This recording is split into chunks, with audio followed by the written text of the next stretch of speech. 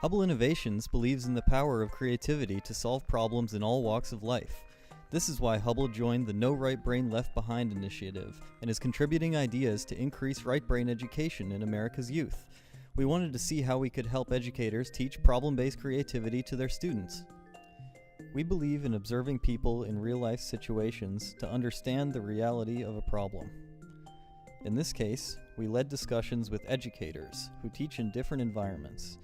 For inspiration and divergent thinking around the issue, we worked with the Otis College of Art and Design in Los Angeles. Then we hashed out the real-life details with a group of K-12 teachers who collaborated with us on convergent thinking and understanding how our ideas could fit into the reality of the school system.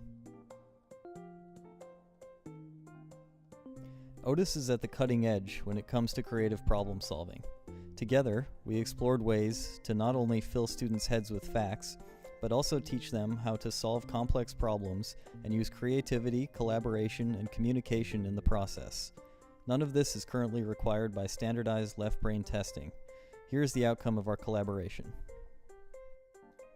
Currently, our education system tests memorization of facts, but in our new model, our goal is to also test a student's ability to solve problems creatively. We don't just judge the solution to a problem, though. That would be just another form of the current right or wrong testing approach. Instead, we also judge the various steps that a student takes to get to a creative solution. Of course, we will still test a student's capacity for knowing facts, but we add room for fact-finding and identifying the correct resources when a student needs additional knowledge to solve a problem.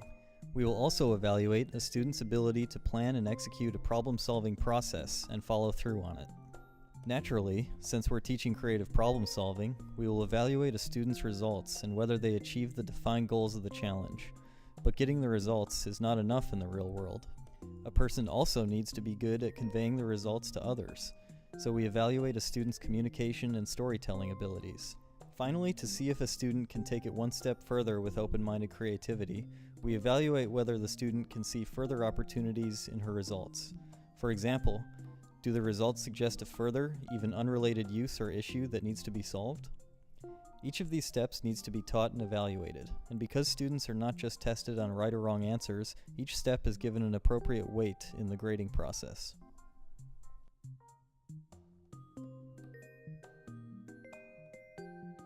The hard part, though, is implementation.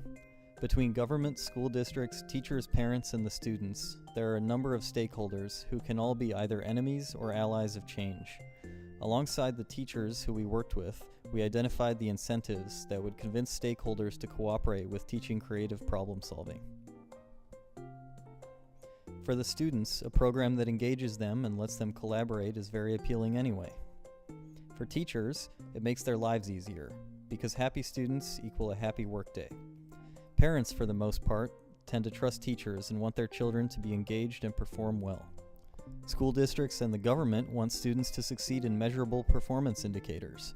More engaged students are likely to do better on standardized tests. Plus, they will have fewer fights, fewer suspensions, and fewer office referrals. Schools come in very different shapes and sizes. What they all have in common is that teachers have to make this change happen. That's why we can't just develop a one-size-fits-all solution and dictate that the schools use it. After all, that's what got us into this standardized testing mess in the first place. Instead, we need a flexible ecosystem of tools so teachers can adapt in their individual situations. So what's under the hood? How-tos and typical pitfalls so teachers know how to run the projects and avoid common mistakes. Sample creative challenges for various subjects. Instruction and advice on creating custom challenges. Access to a digital tracking system with mobile apps that allow teachers and students to track and manage progress. An intervention and coaching guide to show teachers how to intervene when students have trouble with a particular area of their project. An evaluation guide that uses the weighted step approach, showing teachers how to judge students' work and help them improve. A digital open source platform that enables sharing and exchange of best practices between teachers.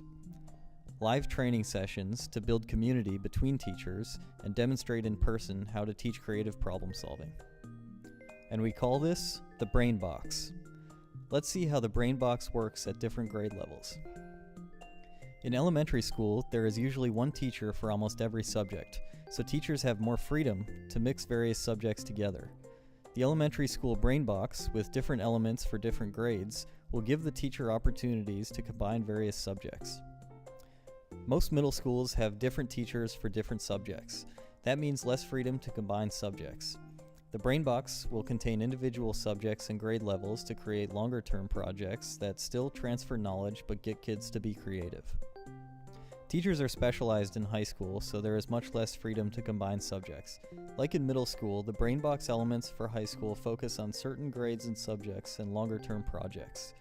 For high school, there would also be an element for running an entire elective class on creative problem solving at each grade level. The elective creative problem solving class would draw on subject material from other classes to make it fit in with the overall curriculum. Teachers get to decide on their own methods, so we need to make this attractive and turnkey for them. We approach them at professional development meetings and seminars to introduce them to the BrainBox ecosystem and its elements. As next steps, we first assemble a team of teachers, education experts, and administrators to construct the BrainBox for pilot programs. Next, we find schools and teachers for pilot programs. May the right brain flourish!